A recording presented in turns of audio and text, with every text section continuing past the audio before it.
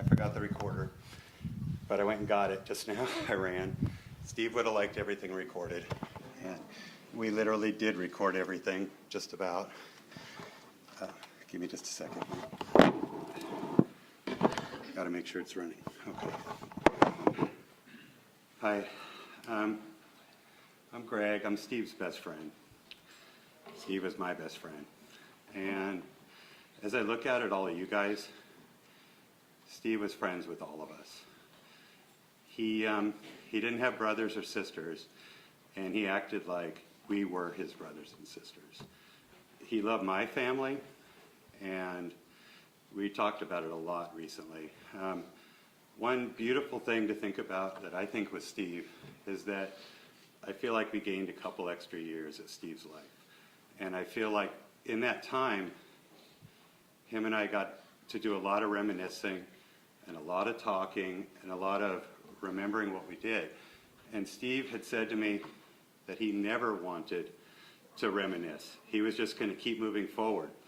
But that same thought, we recorded everything so that at some point it could all be played back. If you check out some of what we recorded over the years, you'll hear Steve's voice all the time. He's psyched. He was many times on many recordings psyched. The Purple Turtles were probably our greatest connection, but there were many others. When Steve and I met, it was the summer before high school in 1979, and we were both trying out for marching band. He played the trombone. His dad was his teacher on trombone, and he had a tutor, and Steve learned to play the trombone really well, which I think really helped out later in his bass playing. I played the French horn. Neither one of us made the band that year. So we found ourselves in a class called Instrumental Instruction, and that's where we met. My friend Pat is here now, and the three of us met at the same time. And I'm going to say maybe we didn't like our high school music teacher all that much, and we weren't the best of students. We spent time crawling around in the ceiling instead of practicing sometimes at El Camino High, and then we stopped being in the band after that year. But right when we got out of high school, our friend Chris, he was my neighbor. Are you here, Chris? Okay, not. Chris was the first drummer, and him and I started playing music together. And Steve got a bass, and we said, let's try to put all that together. So we put a three-piece together first. When I went to Pierce College, I took a beginning guitar class and met Kenny. And I invited Kenny over to Steve's house, which we weren't really allowed to do at the time. But Ethel was gone for the weekend. And we set up as much as a band as we could. We were singing through a guitar amp because we didn't have a proper PA. We didn't really know what a proper band was like yet. But Kenny brought over Greg Herman with him, and that became the Purple Turtles. It took some time for that to happen, a lot of jamming. At first, keyboard. Yeah, I had a Yamaha keyboard I bought in Hong Kong, and when I brought it back, Steve said, "Why don't you try playing keyboard instead of guitar? We already have two guitar players." So tiny keys. I learned to play one finger at a time, then one hand. My brother Steve remembers this, that he always told me, "When are you going to use your right hand?" My right hand was used like this a lot. And then I did use both hands, and Steve actually helped. There was one point during rehearsal, I forced myself to play with two hands, and that became the song called Picture Without Words. Steve and I were tight through everything. The bands, we were in 3 different bands together, but more than that, we hung out a lot. And I remember the house on Bobby Boyer. We spent a lot of time with Steve's friends and neighbors, and we just, we were that kid friendship. We were best friends, and spent a lot of time together. I spent time at Steve's house so much that, that's where I learned a lot of my guitar chops. And some of the things I learned at Steve, I wrote a song I want to play for him at the memorial today. And it was something I wrote way back in the day at his house in Bobby Boyer. Then, another thing I thought I'd mention. I have this one time when my dad couldn't go to a Raiders game. Steve really liked my family a lot, but I was offered the tickets to this game. And so Steve and I went to the Raiders game, and I don't think he'd seen a professional football game yet. And he was really excited about it. And I don't even remember if the Raiders won or lost, doesn't matter. But after the game, Steve asked if I could drive near the Sherman Oaks Galleria. And when he did, he asked me to stop at a particular place, and he got out, and he started staring up at a building. And I kind of wondered what Steve was doing. And when he got back to talking to me, he said, "That's where my dad lives." And he was looking up at the mirror where Cliff lived. About a week later, he contacted Cliff, and they got back in touch, and I think that meant the world to Steve. He really wanted a relationship with his family to the very end. And that moment, it showed me how much he wanted the relationship with his dad back.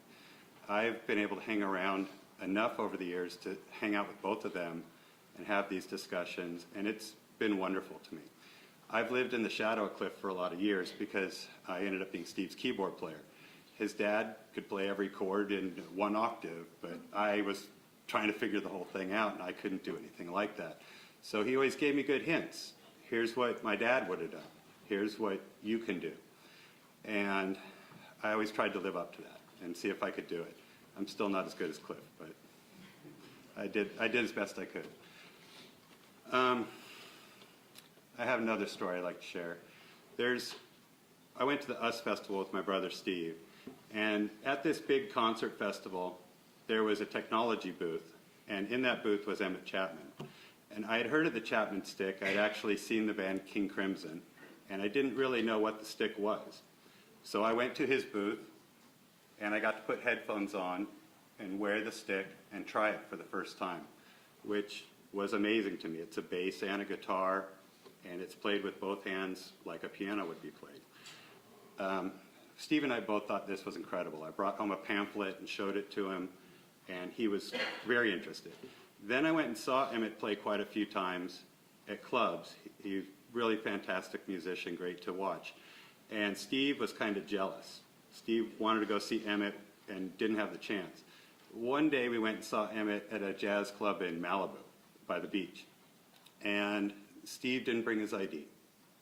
He was 21, but he didn't bring the ID. And he ended up being outside while 3 of his friends went inside to watch Emmett. And it felt pretty bad. We left actually after the first set, so we didn't leave Steve standing outside at the beach doing nothing. And he was not happy about that. Another year or 2 later, as fortune might have it, Emmett moves from Laurel Canyon, the top of Laurel Canyon, to next door to Steve. They're actually now next door neighbors. Not only does he get to see Emmett perform, but he was intimate friends with Emmett and Uta, and owns many of their instruments. And we had the fortune to have Emmett come jam with our band, the Purple Turtles. I myself could have never envisioned something so cool, but that's kind of like Steve. He made amazing things happen. He told me recently that I was kind of his balance. Like Steve would mention something, and I would either say, "Yeah, that's a good idea, let's do it," or "No way, I'm not doing that." But there were many times Steve got me into things where I had to do it. A good case of this is the Hair Farmers. That was just me and Steve. We were in this Purple Turtles band, and I don't think we realized that the whole band made it easier for us to do our part. We weren't as focused on as just 2 people. When we decided to do it, we played nylon string guitars, which was not really the best popular choice to go out on the town and play 2 acoustic nylon string guitars. And we were basically strumming rock songs doing that, our own and others. And at first, the first show, Steve told us that we were going to open for Timothy Leary, that Timothy Leary was going to be at this event. He wasn't, and thank goodness. Well, a lot of you were at this event. Unfortunately, we were sort of popular as Purple Turtles, and a lot of people came to see me and Steve the first time. But I was sick, and we never got a chance to practice before the first show. So I would say It's about the worst show I ever played, the first one. My guitar fell on the ground, my pickup fell off, we missed parts of songs. And I said to Steve afterward, I never want to do this again. I'm not going to ever do this again. It was scary to me. He said, I already got us another gig. So we had to, and actually Steve and I learned to get pretty good. We ended up playing at some gigs for people we didn't even know, and we could make a crowd like us after a certain point. And I started another band with Steve. Actually Marco told about listening to a lot of music with Steve, as did I. And one of the bands, I'm forgetting what I was going to say there. I started thinking Pink Floyd and Steve. Yeah, thank you. One of the bands that we really liked together was Frank Zappa. So Marco introduced Steve to it, and Steve got me listening to Frank Zappa, and I'd never heard anything like it. He was my sense of humor, and the music was super deep and good and amazing. And I told Steve at first, I kind of am afraid to get into Frank Zappa because he's got like 70 albums, and I don't know that I want to delve that deep into something. Thank God Frank Zappa has that many albums, because I love everything from it. Then I started a Frank Zappa band, thinking of Steve, but he didn't want to be in the band at first. So I went with some other bass players, and it didn't really work out. And finally I said, Steve, you have to be the bass player in the band. This is the only way it's going to work. And he became the bass player of the band we called Barf. And, okay, it stood for a bunch of rude fuckers. But, and we kind of worked. But we were also a very good band. We played for about a year, and Steve told me it was one of the hardest things he ever did. He would say to me frequently on the phone that we should have picked an easier band like Journey, and we would have had girls left and right, and instead we had a handful of guys talking about guitars and gear and techniques and things like that. I just want to say it was such a pleasure to be best friends with Steve. I mean, we went through everything, up and downs, good and bads. We shared so many fantastic moments. He was the best man at my wedding, and I have to say he was very eloquent as the best man at my wedding. And he's really been one of the best men in just my whole life. When he got ill, about 2.5, 3 years ago, I realized, I went and visited him in the hospital, and I realized they weren't taking a lot of sympathy on Steve. They basically didn't want to help him that much because they, you know, claiming you're an alcoholic, they just didn't feel like they should do anything. Well, I knew Steve had a lot of great friends, and I got on Facebook, and I started asking friends to go visit Steve. And I think that made a big difference, because once people started going, many of you went. And once you started going, they realized Steve was somebody who needed to be taken care of, not blown off as somebody. I think, honestly, Steve did his part.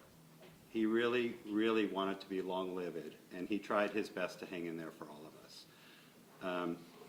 My mom going to visit him at one point was a big deal. I had to tell my mom, you know, my best friend's in the hospital. Why? Alcoholism. You know, it was rough. But she went and saw him, and to Steve, that was a big deal. He really felt like, I'm going to get better, and I'm going to hang in there. Thanks to Jeannie and Jamie and Cliff and Ethel, Steve did recover quite a bit. He had a lot of life, and in those last years, we talked on the phone daily. If we didn't talk for a day or two, that was usually called the weekend. But every single day, we talked for like an hour. Sometimes it was only a half hour. Some days I'd tell him, 15 minutes today, Steve. I don't have forever. But we talked about everything. We reminisced about all these years and all of you people. We talked about everybody, and he remembers everything. Well, he remembers almost everything. He always exaggerated how many people were at our shows or how much money we made at our shows. But I'll tell you something proud about what we did as Purple Turtles. We never took the money ourselves. We put it in to the group. And that was Steve's idea, so we'd have money to do things. And he created crazy things that we did, like playing on the back of a truck. Not only did we do that, but we made it our signature thing. He called it Mobile Jam. Some of you were on the truck with us. We didn't have a bus, but we had a truck. And that was fascinating. We tied our stuff down with ropes and duct tape. We had it, seriously, and we had a generator, and we drove all over Hollywood and Westwood, And the next time we did it, we went to the beaches. There was never a better guy to hang out with than Steve. He's my best friend. Whenever I came into town, I knew I was going to go see Steve and hang out. He made a lot of effort to come see me in the last couple of years. And the Purple Turtles, we played again about a year ago at my house. And it was fantastic. It was just fun to see Steve doing so well. For a while, he played keyboard and I played bass. And it was remarkable. He thought I was an okay bass player at this point. When I first started playing bass, he was like, "You're not a bass player." I'm not a bass player anymore so much, so I think about that for Steve too. And I just want to thank everybody who's been part of his life. You guys have been his brothers and sisters all along the way, and thanks. Thanks for everything. Thanks, Ethel. Thanks, Cliff, for bringing Steve to life, and thanks for everybody else for being his friend too.